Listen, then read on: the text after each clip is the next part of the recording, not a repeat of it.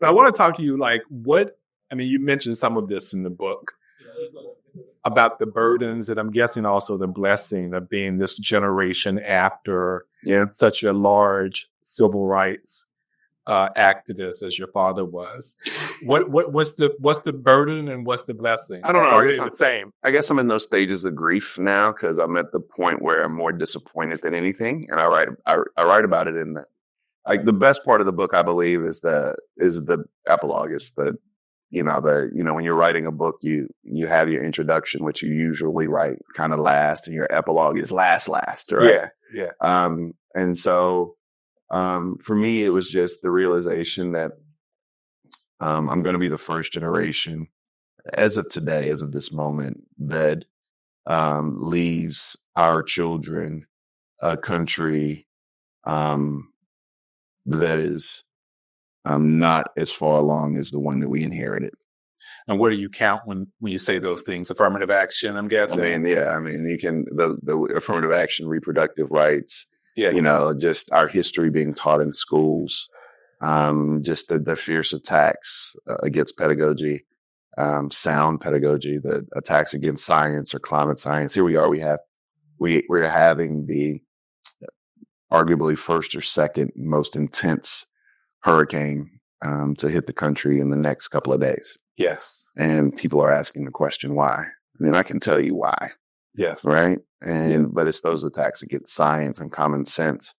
And it's just hard. I mean, if I always, at the beginning of the book, my dad, when you write a book, sometimes you have throwaway sentences that don't mean a lot to you, but they mean a lot to the reader and you don't catch it. One of those things that means a lot to the readers. My dad states that we are back where we were pre-Brown v. Board. And objectively, he's right. Because we have the same rate of Black home ownership today that we had pre-Fair Housing Act of 1968, right? I mean, just as a very tangible metric. Yeah. And so being able to grow through those things and being able to see some elements of success is hard. And I guess I just turned 40 a couple of weeks ago. I guess what I have to do for the next 10, 20 years is make sure that we get out of those doldrums of disappointment and give our children something to hold on to. I share your frustration. Maybe mine is a bit deeper because, like you, I grew up a small town in the South in that generation after the Civil Rights Movement. And although there were some individual benefits to us, the promise of integration never came. No. But it's a question of, and I ask my dad this all the time. This is when you get into those tense debates. And back when we were in Raleigh for, the anniversaries of SNCC, or we'd be at the Outer Banks with John Lewis and his wife and family eating crabs, on the table. And, I'd be young and know it all and want to challenge them and say, why did you all fight for integration? Yeah. Why did you not fight for individual resources? And, why did you not fight for those resources to come to our community? I guess the best example is probably Harry and Eliza Briggs.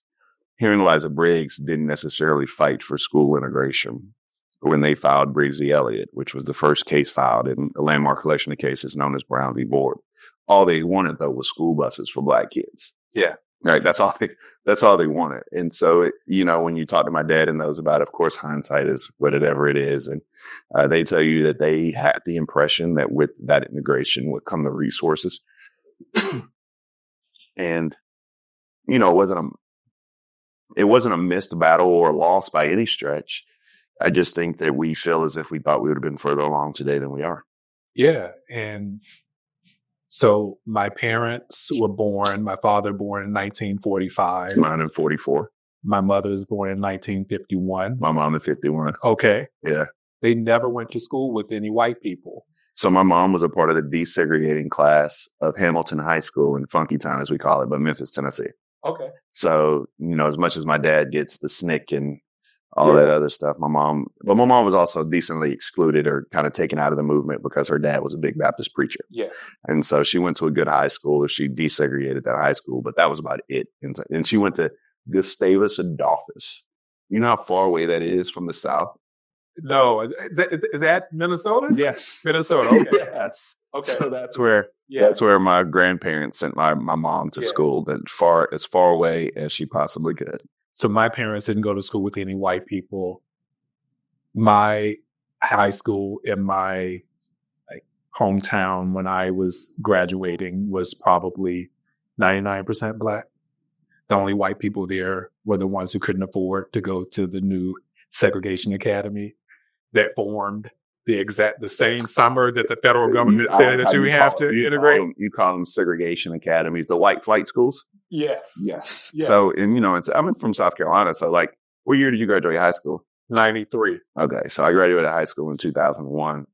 And in 2001, I went to an all Black school, Lawrenceburg Wilkinson High School. And most of the schools throughout the South that have those names are because you have dual names, or because you combine schools, right? Yeah.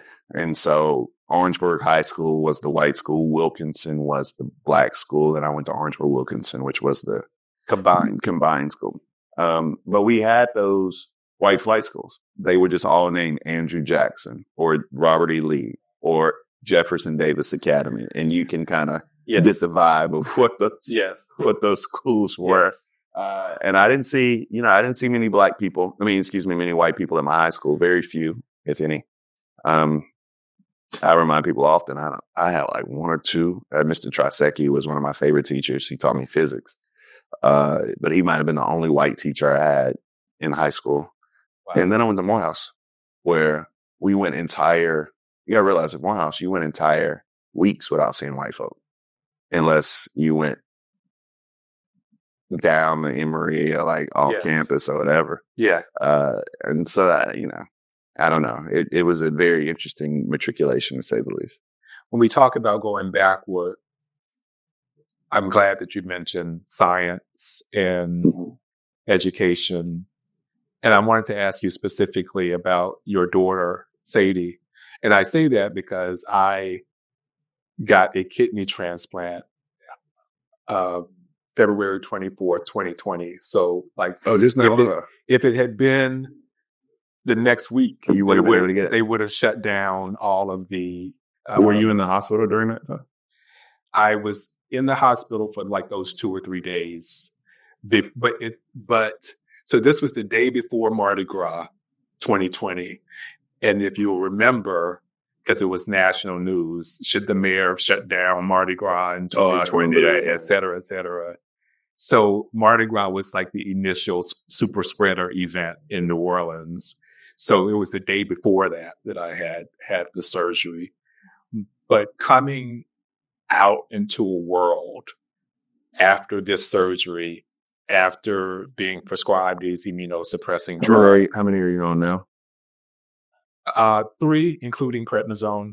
So there's like Prograf, what they call it, Tacrolimus. So that's what she's on. So he's on the 0.5 mLs in the morning, and then yeah. So to see people, when I am particularly vulnerable, acting as if wearing a mask or getting vaccinated is an offense, or religious offense, even like, God didn't want us to put masks on our faces. Like, what scripture are you, And so I wonder, and you write some of it in the book, just particularly how frustrating it has been just trying to keep your own family protected in this particular environment that we find ourselves in.